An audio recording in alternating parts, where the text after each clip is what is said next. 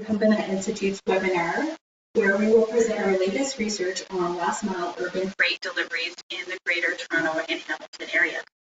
My name is Carolyn Kim, and I am the Director of the Transportation and Urban Solutions team in Pembina in the Toronto office. And I'm joined here today by my colleague and analyst, Janelle Lee.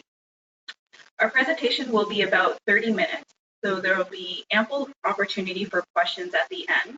You may pose your questions by typing them in the chat box within the webinar. And just as a housekeeping item, everyone is muted, so I'll moderate the questions at the end. As a start, for those who are not familiar with our organization, the Pembina Institute is a clean energy, not-for-profit think tank that leads science-based research to inform strong policies to support a clean and prosperous economy in Canada. As a part of our research work, we work in lockstep with members from the business community, industry associations, and other organizations across Canada and North America to develop credible and evidence-based public policies. While this webinar speaks to our work around last mile urban freight, our broader freight program includes an examination of how to create efficiencies in heavy-duty trucking and long-haul freight. And you may find our publications on our website for more details. Before we begin, I want to recognize our generous supporters who have made this research possible, including the Metcalfe Foundation, the Atmospheric Fund, and Ontario Trillium Foundation. Today, our agenda includes a discussion of some of the top challenges that businesses and cities are facing with urban freight. And we'll walk you through our research approach in tackling this topic area, share some of our key findings from our report, and recommendations moving forward for both the business and the business community and for cities. So without further ado, let's start our presentation on the types of solutions we need to see as the implementation such as the implementation of delivery hubs and adoption of lower carbon modes of transportation like cargo cycles and electric delivery vans that will make urban deliveries more efficient while driving down carbon emissions. Over to you, Janelle. Thanks, Carolyn. Good afternoon, everyone, and thanks so much for joining us today.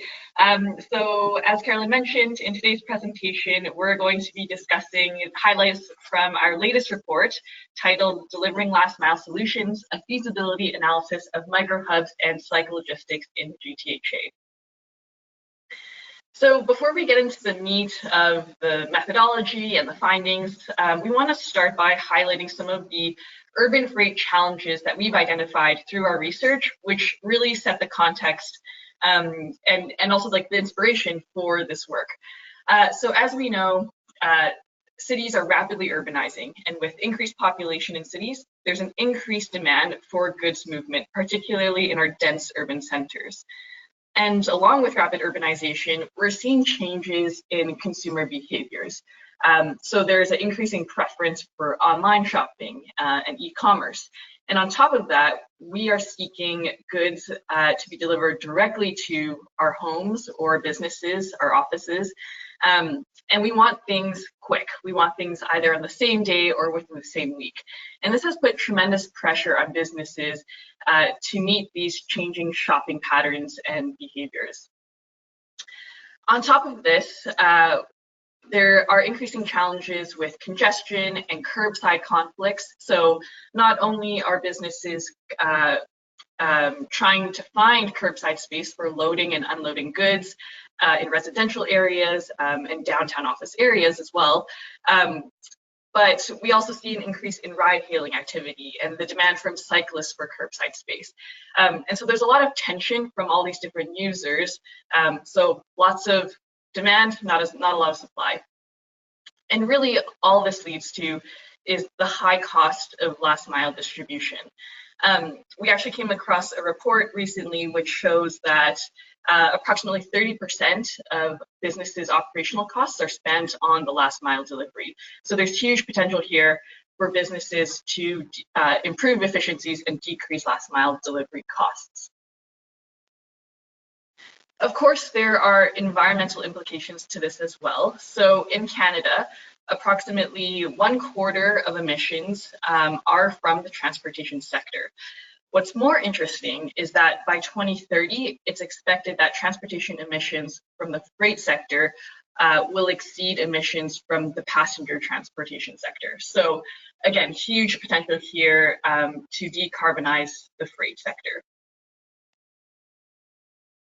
So our research was really interested in investigating different ways that we could, one, decrease or lower emissions from freight transportation activity in the last mile, and two, also help businesses cut costs.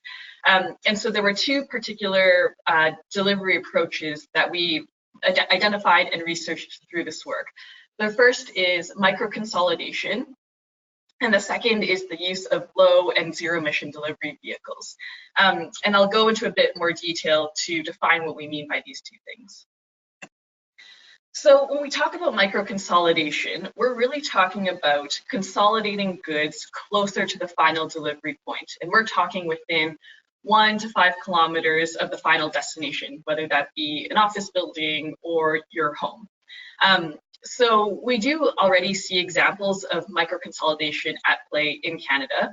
This is a picture showing a Canada Post depot located in the Parkdale community in Toronto. And why this is a unique approach is that rather than having a scenario where we have a larger consolidation center or a warehouse located on the peripheries of the city or the suburbs, and then using a larger vehicle to conduct that final mile trip, we're using a smaller facility, such as the one shown in this picture, to consolidate goods closer to the final delivery point. And why this is a unique approach is that it can allow for a mode shift in the vehicle type that we use to do the final delivery, or the final kilometers of delivery. So as an example, we were really interested in looking at the feasibility of using cargo bikes or cargo cycles for last mile distribution.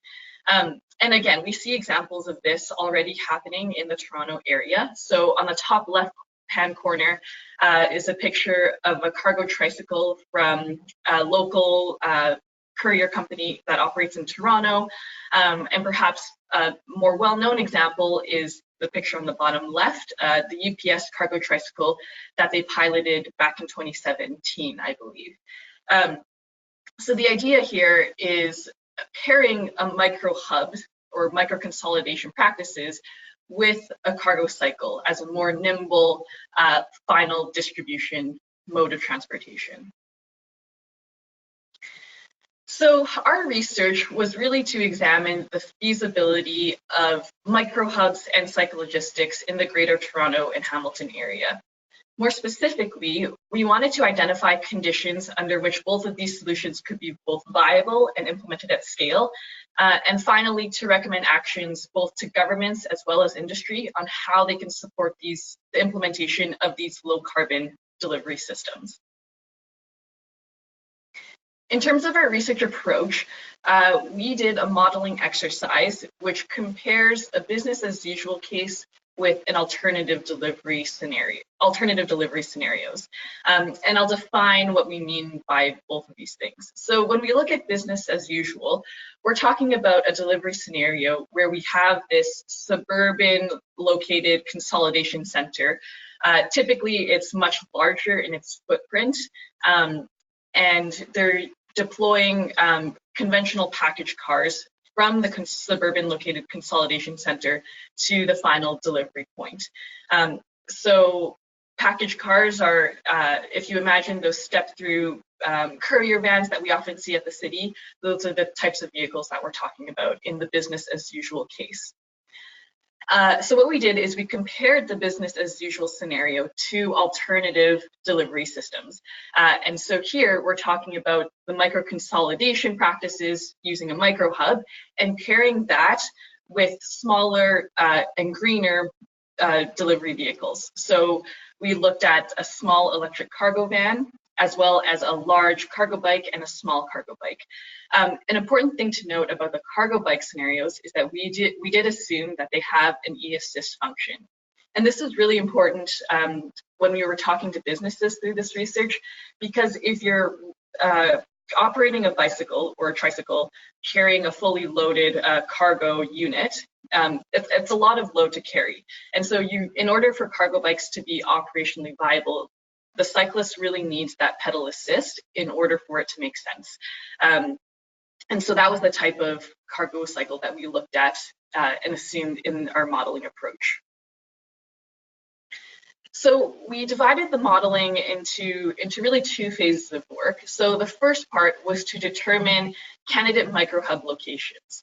So where in the GTHA does it make sense to have a microhub?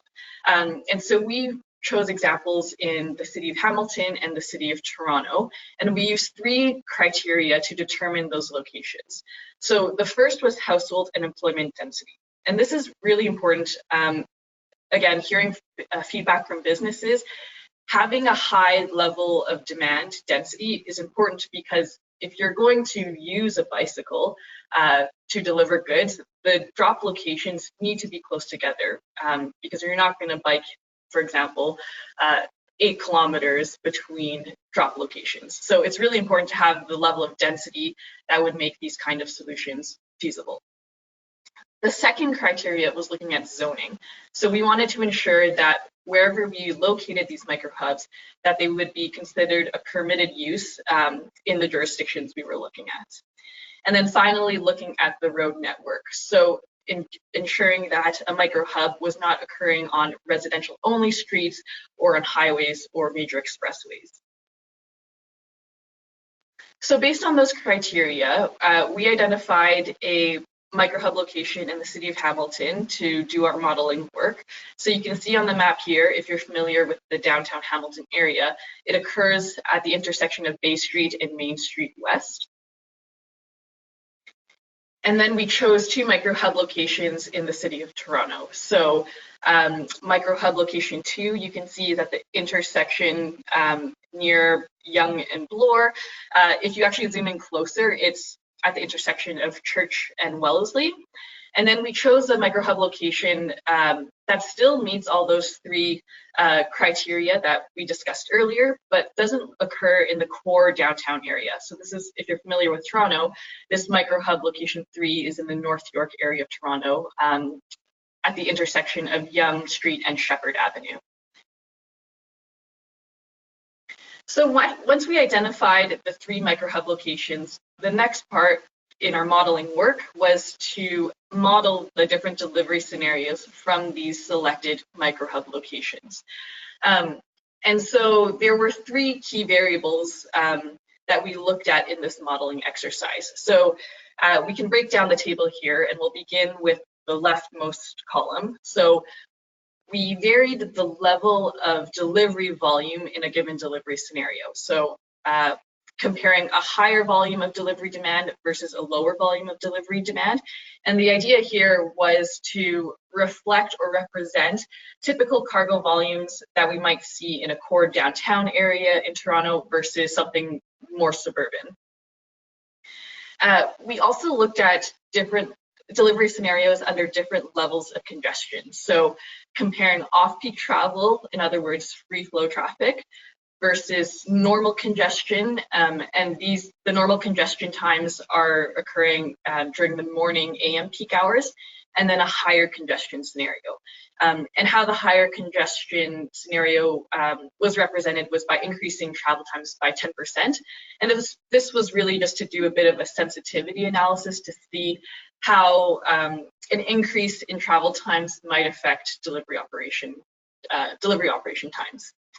And then, of course, we're comparing the different delivery vehicle types. So we have the business as usual case with the package car, comparing that with microhubs paired with an electric cargo van versus a microhub with a large e-assist cargo bike, and then finally a microhub with a smaller e-assist cargo bike.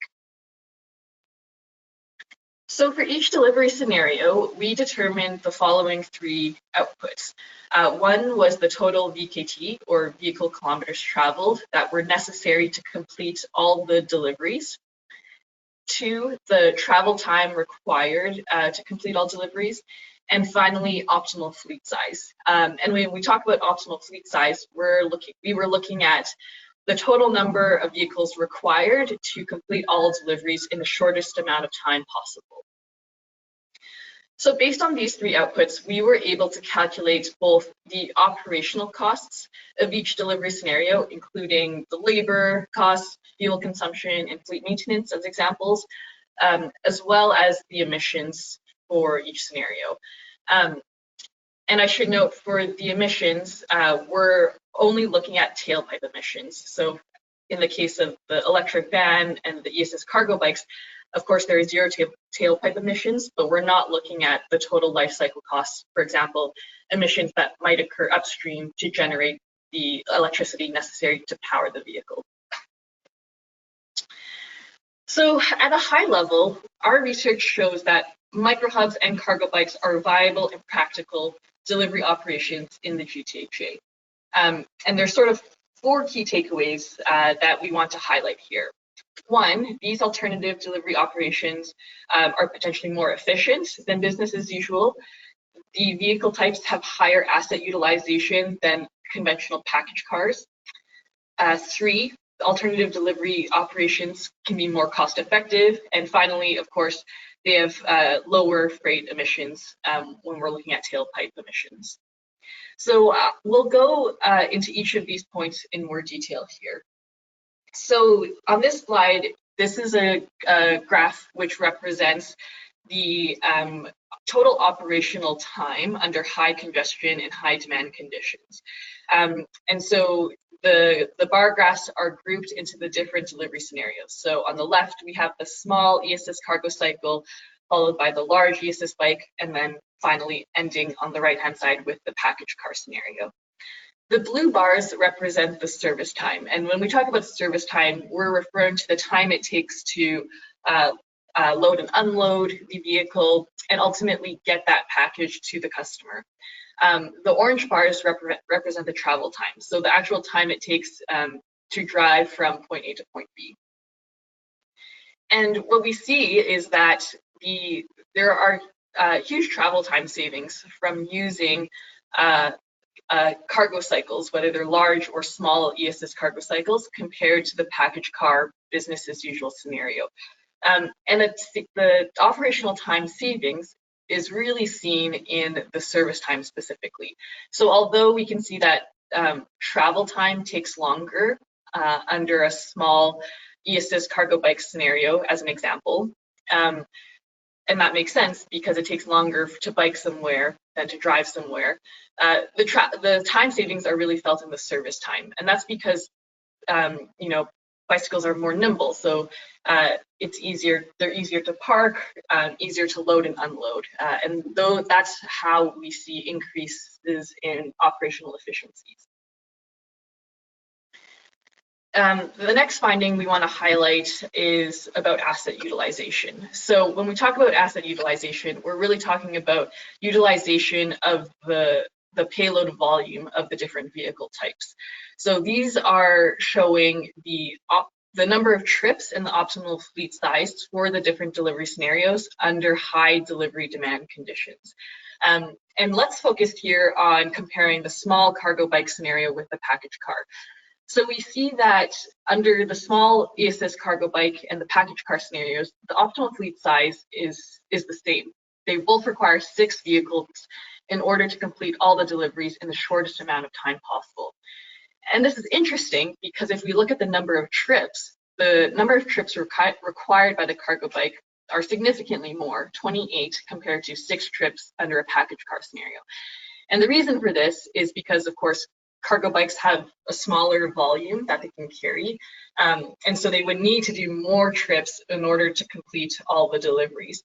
But the reason why the optimal fleet size is the same is that the cargo bikes can actually go back and forth between the microhub to reload and then complete another trip. And that's what we mean when we talk about high asset utilization. So we're using the full space, the full volume capacity of the cargo bike. Whereas in the package car scenarios, one package car is necessary to complete all the deliveries, the volume of deliveries that we've modeled in this research.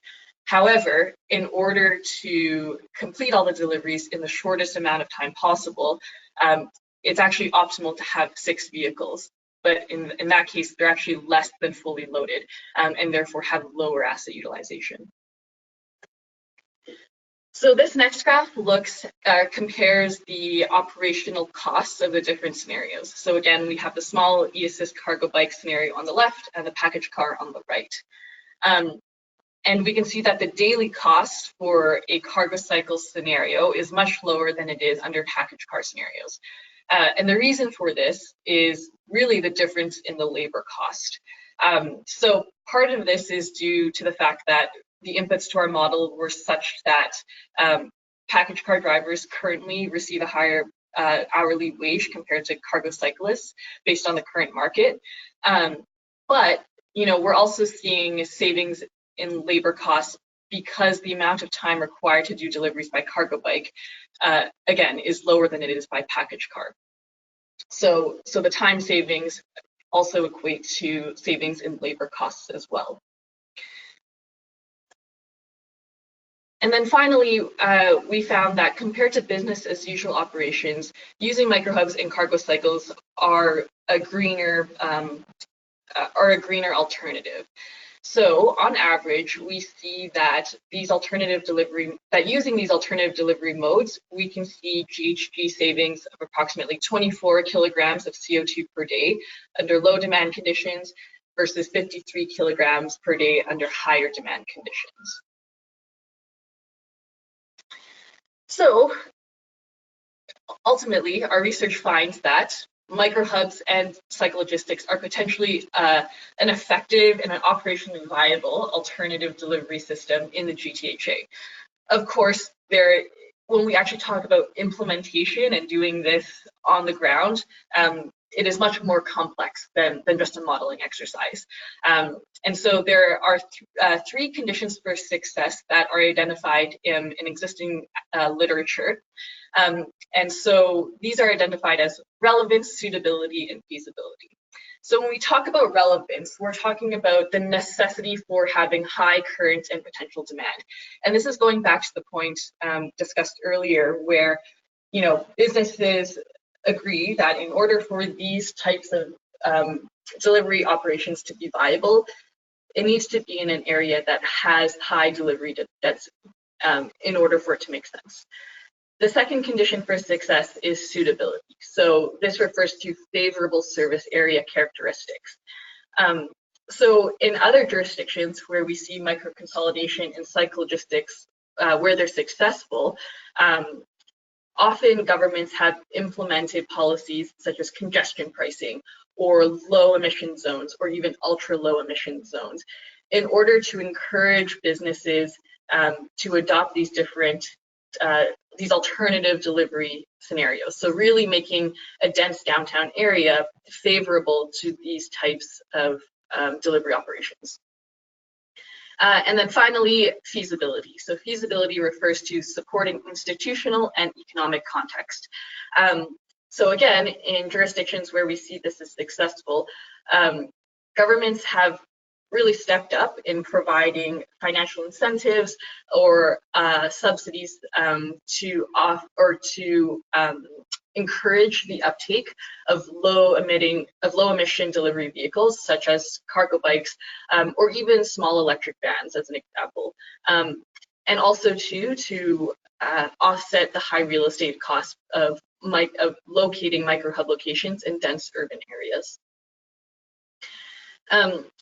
And then just 2 other points I think that are important to highlight when talking about delivery microhubs and cyclogistics are the impacts of weather and also safety implications. And we can have a whole other discussion about what are some of the safety implications of using cargo bikes and also how weather impacts these operations. And I think these are questions, again, for future research and for businesses as people begin to test these types of solutions. So just want to end off here by looking at recommended actions for both industry and businesses to encourage or advance these different delivery operational models. So from an industry perspective, it's useful to set targets for incorporating low to zero emission vehicles into their delivery fleets. And we can already see examples of companies doing this already. For example, IKEA has set ambitious targets for incorporating zero emission vehicles into their delivery fleets. And as part of setting targets, it's important that businesses start piloting cargo bikes or other zero-emission vehicles, as well as different micro-hub operations within areas with high delivery density. And again, we're seeing examples of this already. UPS is a good example in the city of Toronto with their pilot project on the York University campus with their cargo bike. And then finally, exploring the potential of sharing micro-hub space with other businesses. So in jurisdictions, especially in Europe, where we see where we see micro-consolidation is successful, businesses have partnered together to share micro-hub space, and this really helps offset expensive real estate costs, but also help mitigate or decrease and spread some of the risks associated with it. And now from a government perspective, it's important that governments explore policies and incentives which can help support the establishment of microhubs and encourage businesses to uptake zero or low emission delivery vehicles. And this is something we've spoken about earlier, about how some governments have provided financial incentives as examples for establishing microhubs. When it comes to cargo bikes, there's a real opportunity to harmonize and clarify e-bike and cargo bike legislation across Canada. Currently, there are some barriers, both provincially, municipally, and federally, that restrict the use of certain types of e-bikes and cargo bikes, especially for commercial use. So it would be beneficial to look at some of these regulations and see how some of them can be revised to encourage cargo bike use. It's also important to invest in cycling infrastructure. So by providing a more connected and well-maintained cycling network within our cities, this will really help show and demonstrate to businesses, that cycle logistics is a viable model based on the infrastructure and the cycling network within cities. And then finally, at a more broad recommendation is to develop and modernize land use transportation plans and strategies. Often, I think we really separate our approach to transportation planning in terms of, we'll have a strategy for bike lanes, a strategy for curbside management, and a separate strategy for freight and goods movement. But really looking at the intersection between all of these things, because there is so much overlap and impact between, for example, the freight and goods movement network with cycling infrastructure. So trying to find where we can align these different strategies and policies is a useful way forward. All right, so we'll end there, and I'll turn it back to Carolyn for questions. Great, thanks so much, Janelle. We have a few questions that are specific to the technical analysis piece. But to kick it off, I want to start off with a question regarding the scalability of these solutions. So our research focuses on the Greater Toronto and Hamilton area and the feasibility of cargo cycles and microhubs. But how applicable are these two models on a national scale? Yeah, so that's a really great question. I think what we see is that it is very much a scalable model. European cities are a good example of this. This type of approach has been implemented across the board. I think when we talk about implementing it in other cities, it really goes back to those conditions for success. So of course we have to keep context-specific matters into consideration, but as long as there is a high enough level of delivery demand in a given area, there really isn't a reason why this couldn't be a potentially useful approach to delivery operations.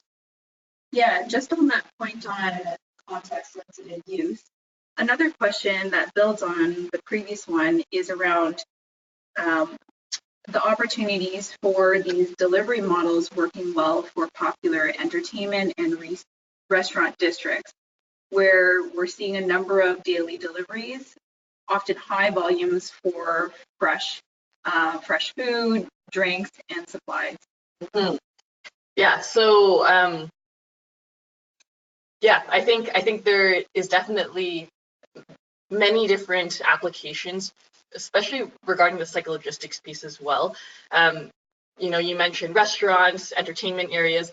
We also see in European jurisdictions cargo bikes being used for delivery of household appliances and furniture. So I know in talking to people within Canada, sometimes one of the concerns is, well, how could we use a cargo bike for everything?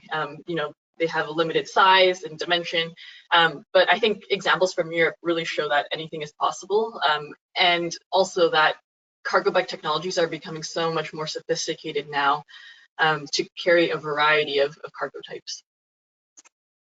That's great. And you kind of touched on this in your presentation, but one of the questions from the audience is, how do cargo cycles perform in weather conditions, in different variable weather conditions, such as in the wintertime? Yes. Okay. So of course, there's going to be a difference between riding a cargo bike in summer versus winter conditions. I don't think there's,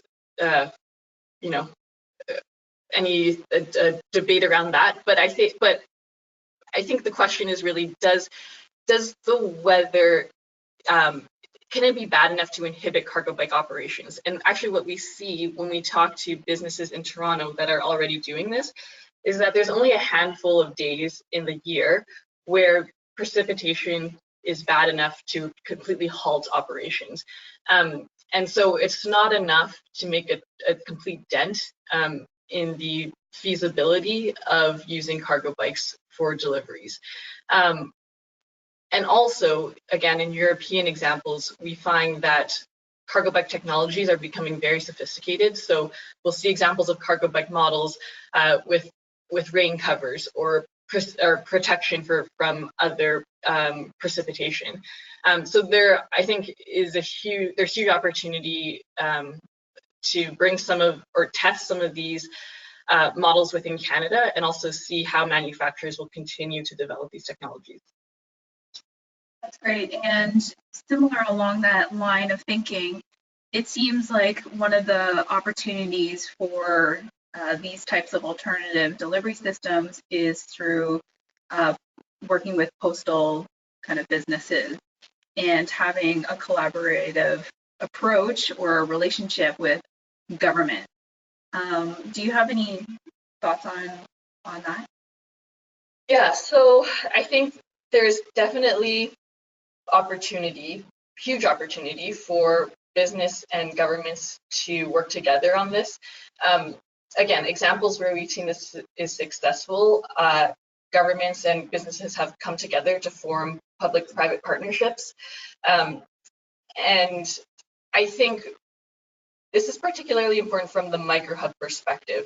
So really, businesses working with governments to, one, establish space within downtown areas for microhub purposes or microhub use, and to try to help offset the expensive real estate costs. So yes, I think there is definitely, the government has an important role to play here. Yeah, and that partly answers one of the questions that we have here around the real estate costs. So just to get into the, I guess, technical analysis bit, one of the questions here is, did the analysis factor in real estate costs when determining the cost-effective nature of microhubs? It seems to one of the audience members that cheap suburban land would be identified by logistics companies as a reason to keep the current system to date. So how long would a microhub pay back the increased real estate costs necessary to start one? So that's a really good question. So to answer the first part of that, the modeling work did not account for the real estate costs in looking at the price or the total cost of operations.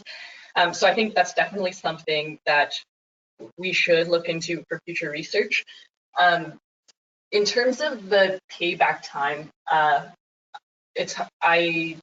can't really say for the examples in Toronto. Again, I think that is work that we also need to model for future.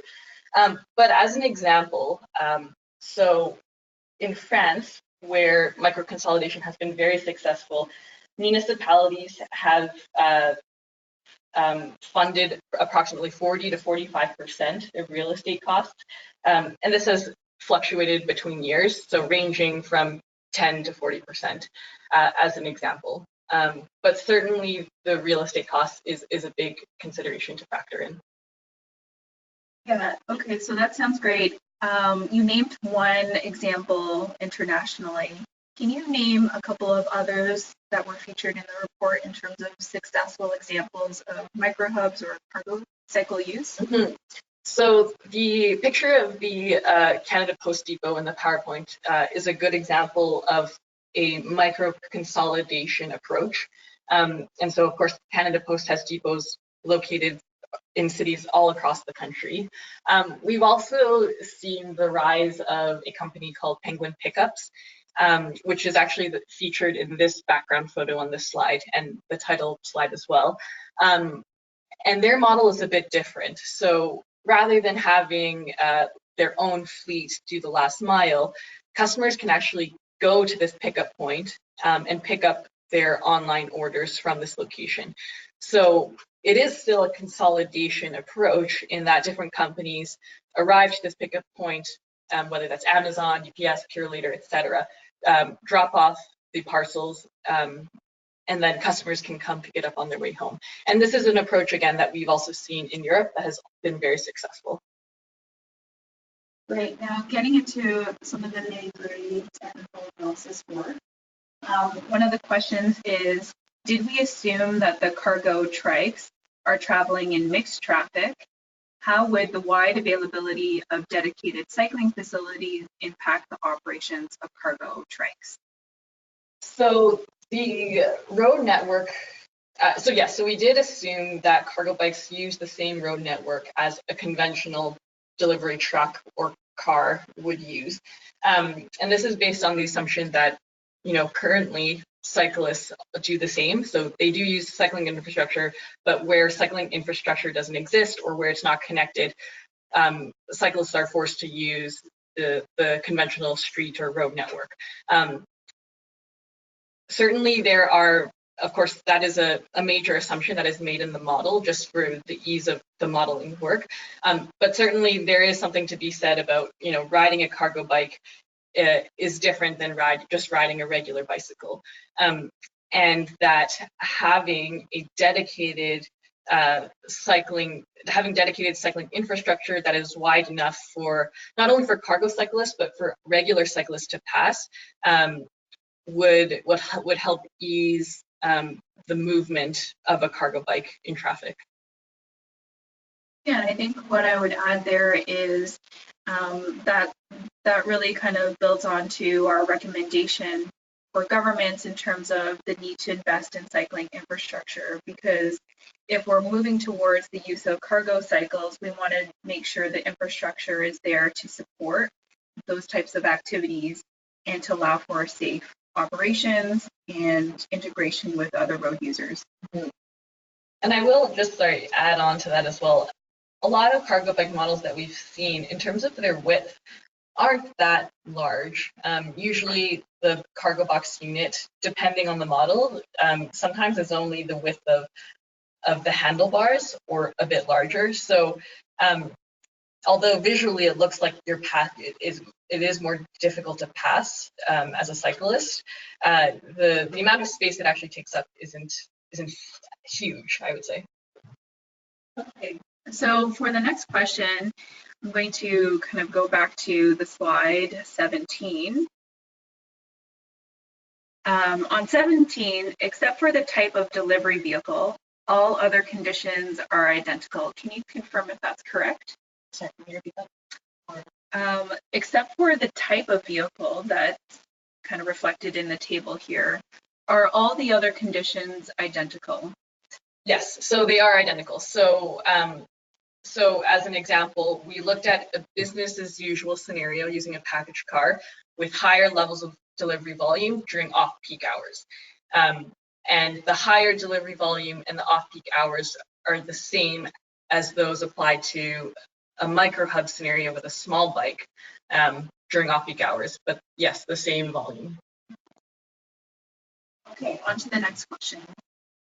For microhub location, did you look at the different demands for residential areas versus mixed-use areas versus industrial areas when picking your microhub location? And does the demand in those different areas really determine whether a microhub is can work? So yes, I think one, demand is certainly a major factor in determining whether microhubs make sense. So for businesses that are interested in adopting this approach, I think it's really important for them to look into the data. So what is the delivery demand in the areas that they operate? And so whether that's an industrial area, a mixed use area, or something that's only residential. And again, that will vary on a case-by-case basis. For our research, we didn't do a comparison of those different zone types in terms of the demand. What we did is we got numbers which generally are representative of the level of delivery demand we might see in downtown Toronto versus somewhere more suburban in the GTHA. So of course, the research is limited in that we're only looking at 2 specific delivery demand volumes, but with the ultimate goal of trying to represent varying levels of delivery demand. All right, so the next question is around the need for multiple microhub locations. So in this research, we looked at 3 case studies, but do you think that having multiple microhub locations is required in terms of thinking about the viability of these delivery systems? And as we think about the growing congestion that cities might see in the coming years? So I think to answer that question, I would say it depends. I think we've spoken to businesses, local businesses in Toronto, where they sort of have one, you could call it a hub location, and that's all they really need to serve their customers. But that's because they have a much smaller clientele base, so their reach isn't as great. But certainly for companies that operate at a much wider scale, having multiple microhubs would be important to deploy this type of model. And I had another point, but I've forgotten, so maybe come back to me on that one. Oh, that's great. So this question kind of speaks to the next steps of our work. What are we planning in the coming year? So in terms of next steps, we're really interested in investigating different pricing schemes that might affect curbside operations, like loading and unloading activities, specifically in dense urban areas.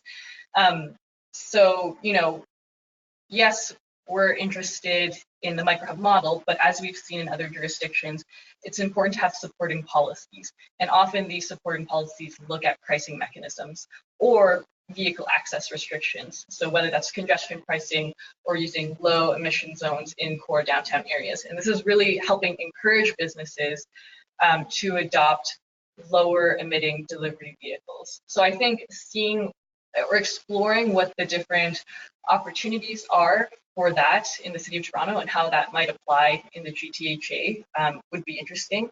I also think having a better understanding of delivery operations in other major cities in Canada would be a good next step. I know places like Montreal and Vancouver already have cargo bike operations in place from different local companies that operate there.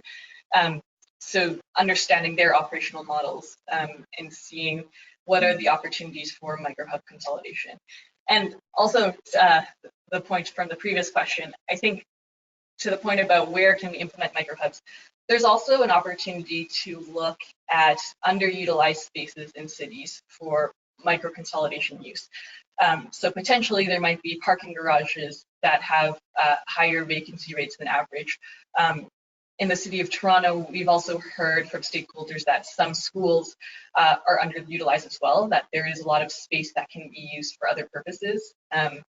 And of course, there's a lot more study and consultation that would need to go into using those spaces for alternative purposes, but that might be an interesting area to explore. Yeah, and just to build on Janelle's answer there, I think this research provides a good foundational understanding of some of the challenges that cities and businesses are facing, but also the opportunities. Of course, Janelle mentioned there can be additional research that can be undertaken to look at more detailed questions, but definitely there's a need to look at how this applies across Canada and continue to investigate the alternative delivery solutions that are being applied in various cities across Canada. So looking to do additional research and work with businesses and governments and NGO regarding how we can all take part in advancing more efficient and sustainable urban freight practices. Okay, so we have another question here. We said in the case of small e-cargo cycles, it would take longer to bike somewhere than to drive somewhere. Did this tell you that maybe the neighborhood you were looking to operate this, I guess, micro hub and cargo cycle case wasn't the ideal, I guess, candidate for the cargo cycle? Would neighborhoods or areas where the bike is faster than the vehicle be more ideal, and ultimately keep that operating time and overall cost per day per package lower? Yeah, that's a good question. I think in order to answer that question, we would need to do additional modeling work. So putting microhubs in other parts of the city where maybe cycling infrastructure is a bit more connected, or where vehicle congestion rates are a bit higher, and seeing how travel times differ there. I do think, though, that, you know, if we are comparing a bike versus a car, like all else equal, the car, of course, is going to travel at speeds faster than the bicycle. But I think the benefit of the cargo bike isn't necessarily just in the travel time. It is in the travel time in that it can be more nimble in traffic, but it's also that it's easier to find parking. So it's more nimble in that sense. They're easier to load and unload. And of course, their maintenance and their capital cost is a lot lower than purchasing and maintaining conventional delivery fleets. So I think certainly the travel time is one aspect of it, but I think there are other aspects in terms of cost savings and operational efficiencies that are also important. One of the questions is around how many kilometers can a cargo bike driver handle compared to other modes? So that is a number I don't have off the top of my head based on existing research. I will say, though, that in talking to stakeholders, we do know that without the pedal assist, the amount of time that a cyclist can operate a bike is much shorter, just because it's so much more labor intensive to be riding a cargo bike without the e-assist function. So, you know, within a couple hours, probably the cyclist would definitely experience fatigue. But with the e-assist function, we find that it is possible to be operating, for that cyclist to be operating all day. Okay, so next question. Regarding one thing that's harmful to the environment is increasing demand for speed. Another virtue of cargo bikes is that they bring a cultural shift in which we accept things have to happen more slowly. Do you have any thoughts on that? So that's an interesting question. I think actually one of the reasons why cargo bike companies have become more popularized and successful is because they actually are quicker to deliver sometimes than the conventional package cars or a regular vehicle, because they are able to navigate traffic better. They are more nimble in finding parking, etc. I think certainly with the rise of e-commerce, there is a question or discussion to be had about our demand for same-day delivery or quick deliveries, which maybe is a separate conversation, but is certainly important from the perspective of, there are environmental implications for demanding things right away. It puts more pressure on companies in terms of their operations, and in order for them to get the package to you right away, it might not be the most green way or the most efficient way to do things. And also with questions about circular economy, with e-commerce, of course, there is a lot of packaging and waste that happens. So another topic to be explored. Yeah, I think I would just point to a report which has a couple of more details regarding what we're seeing in the market. And certainly there's no indication that things are going to slow down in terms of customers' preferences and expectations for speedy delivery. So I think what the next step really is how to accommodate that demand in the most efficient and sustainable way. Okay, so let's move on to the next question.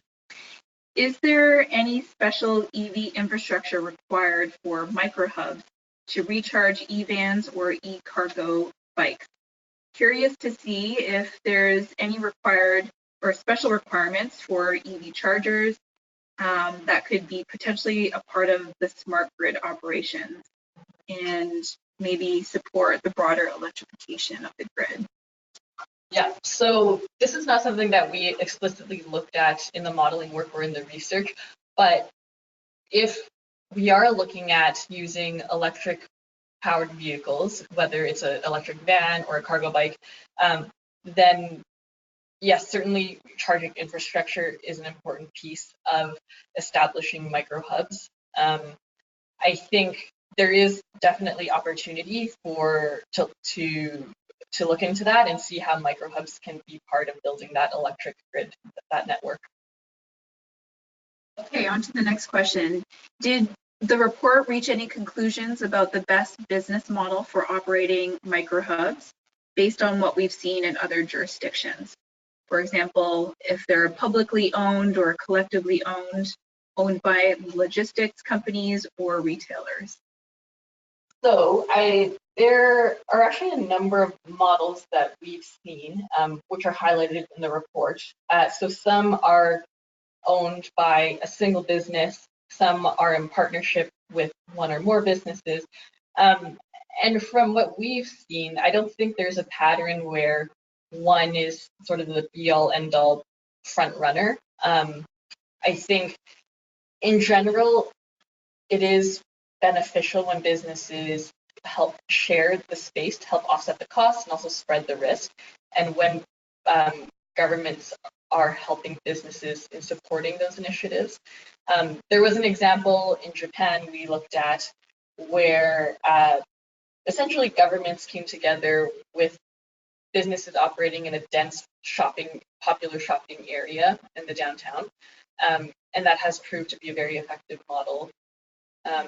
So yeah, I would say I don't think there's a definitive model that is, the best one, but rather there are multiple different ways that businesses can successfully operate microhubs.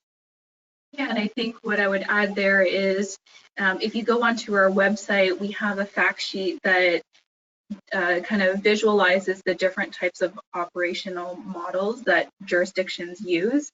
And it really needs to be appropriate and sized to the business needs. So depending on whether it's a multi-carrier consolidation, microhub or not, that really depends on who's at play, like who's involved in what the demand and the context is. So I would encourage you to head to our website and download that fact sheet where we have a two-pager on the different types of models. We're coming close to the top of the hour, so I think I will close it there. Thank you very much for your time and interest. These have been really great questions. If you have something that we didn't address, feel free to reach out to us directly and we can answer those questions following. I'll just kind of go to the last page here with Janelle's contact, and she'll be more than happy to follow up with you. So thanks once again on behalf of the Pembina Institute. Thank you so much for joining.